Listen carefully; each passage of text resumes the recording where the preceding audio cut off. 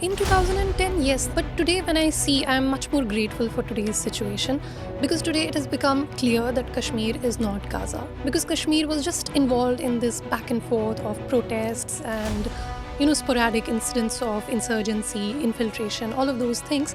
Somebody needed to break the ice, and for that, I would like to credit the present government, especially the Prime Minister, the Home Minister. They've ensured a political solution to it, which is, I would say, bloodless. तो सुना आपने, कभी PM Narendra Modi की घोर विरोधी रही JNU की पूर्व उपाध्यक्ष शहला रशीद का नजरिया अब बदल चुका है।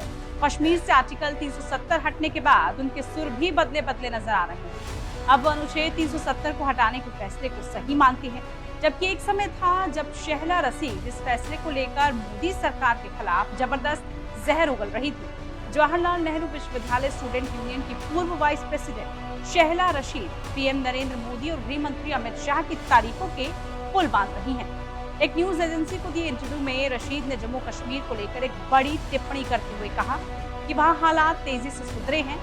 शहला रशीद ने कहा है, शुक्र है कश्मीर गाजा नहीं है, वहां हालात तेजी से सुधरे हैं। इसका क्रेडिट पीएम नरेंद्र मोदी और गृह मंत्री अमित शाह को जाता है। In 2010, yes, but today when I see, I am much more grateful for today's situation because today it has become clear that Kashmir is not Gaza. Because Kashmir was just involved in this back and forth of protests and sporadic incidents of insurgency, infiltration, all of those things.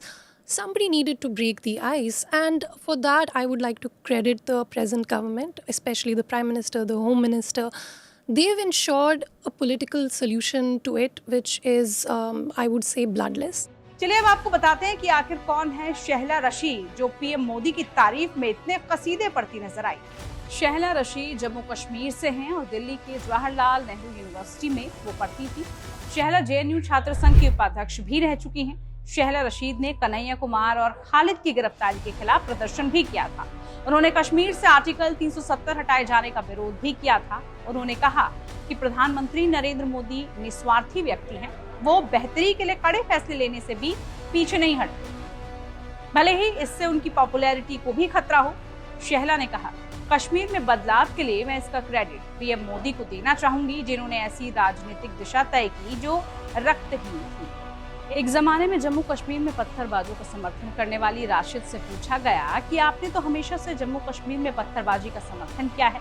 इसके जवाब में उन्होंने कहा, हाँ ऐसा 2010 में था, लेकिन आज मैं बदली हुई हालात देखती हूँ तो इसके लिए मैं बहुत अधिक आभारी हूँ। जम्मू कश्मीर में हालात सुधारने और बेहतर होने को लेकर उन्होंने गाजा पट्टी में इजराइल हमास जंग का जिक्र किया और कहा, कश्मीर गाजा नहीं है। ये बात बिल्कुल साफ हो गई है क्योंकि कश्मीर सिर्फ विरोध प्रदर्शनों में शामिल था, घुसपैठ और उग्रवाद की छोटी मोटी घटनाएं हुई। आज हालात बदले हुए हैं। इसके लिए मैं मौजूदा सरकार, खासकर पीएम मोदी को श्रेय देना चाहूंगी।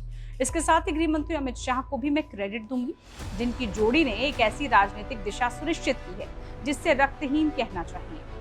In 2010, yes, but today when I see, I am much more grateful for today's situation because today it has become clear that Kashmir is not Gaza. Because Kashmir was just involved in this back and forth of protests and sporadic incidents of insurgency, infiltration, all of those things.